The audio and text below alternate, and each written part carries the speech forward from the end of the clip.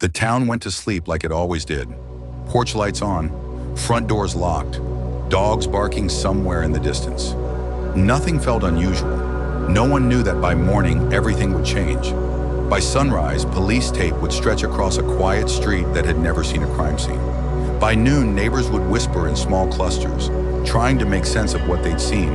And by nightfall, a single question would hang over the town, one that has never been answered. What really happened here?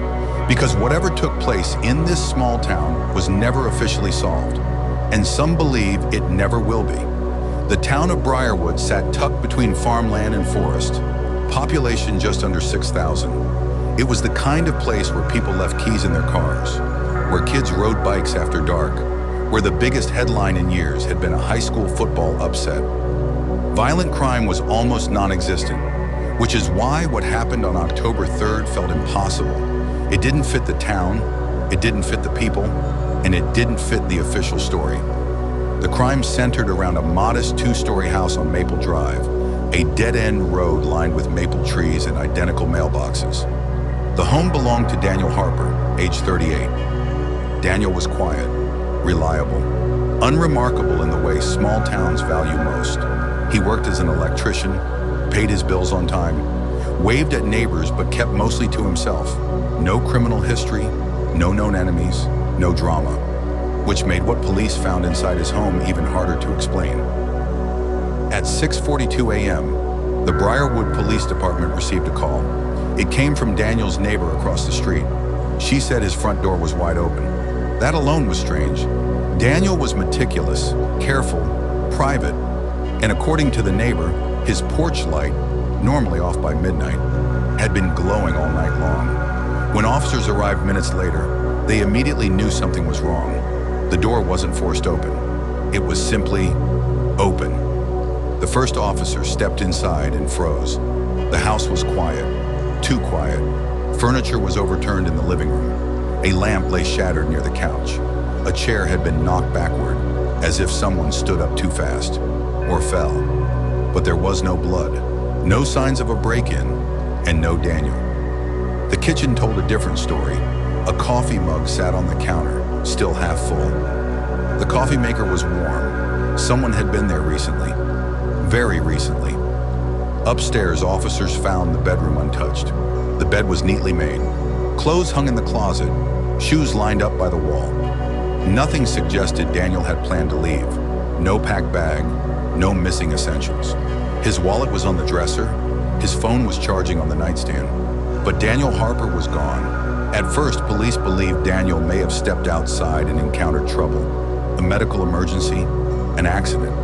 But that theory collapsed quickly, because behind the house, near the tree line, investigators noticed disturbed soil, fresh, uneven, as if something heavy had been dragged or buried and then moved. K-9 units were brought in. The dogs alerted near the fence. And when officers began digging, the investigation changed instantly. Buried just beneath the surface was torn fabric, then a shoe, then something far worse. Human remains, not complete, not intact, just enough to confirm one thing: a crime had occurred. But whose crime? And where was the rest? By midday, word spread quickly. Police cars lined Maple Drive. News vans arrived from nearby cities. Residents stood behind yellow tape, whispering. Parents pulled their children indoors. This didn't happen in Briarwood. And yet it had. Dental records later confirmed the remains belonged to Daniel Harper. But the discovery raised more questions than answers. There was no obvious cause of death, no clear weapon, no reliable timeline. And something else disturbed investigators deeply. The burial site looked temporary, as if someone intended to return. Police reconstructed Daniel's last known movements. The evening before, he'd been seen at a local diner around 7:30 p.m. He ate calmly, paid cash, left without incident. That was the last confirmed sighting. The investigation remains open. Months passed, then a year. Maple Drive returned to quiet. The house was eventually sold. The yard grew back, but the questions never faded. Who killed Daniel Harper? Why was only part of him found? And why did the investigation stall so completely? The story didn't end when the house was sold. 6 months later, a young couple from out of town moved in. They repainted the walls, replaced the carpet, removed the tree in the backyard where the soil had once been disturbed. But neighbors noticed something strange. Lights stayed on late into the night, and sometimes the couple would leave abruptly, bags packed, disappearing for days before returning. They never explained why. They didn't have to. Everyone on Maple Drive already knew. Within the first year, multiple neighbors reported noises coming from the house at night. A loud bang, a dragging sound, a door slamming shut. Police responded each time, and each time, nothing was found. Eventually, the calls stopped. Not because the sounds did, but because people stopped reporting them. Daniel's family lived 2 states away. They hadn't seen him often, but they spoke regularly. Weekly calls, holiday plans. His sister was the first to publicly question the investigation. Why no arrests?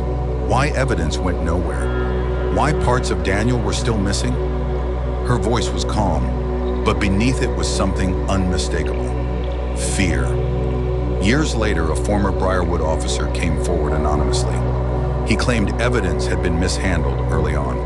A footprint never cast, a partial fingerprint smudged, security footage from a nearby gas station overwritten before review. None of it was officially confirmed, but it changed how people saw the case. What if the truth wasn't hidden? What if it was lost? On the 5th anniversary, a private search was organized. Ground-penetrating radar detected an anomaly near the fence line, deeper than the original burial site. Police declined to dig. They said there was no probable cause, and once again the search ended. One detail continued to bother locals: the diner.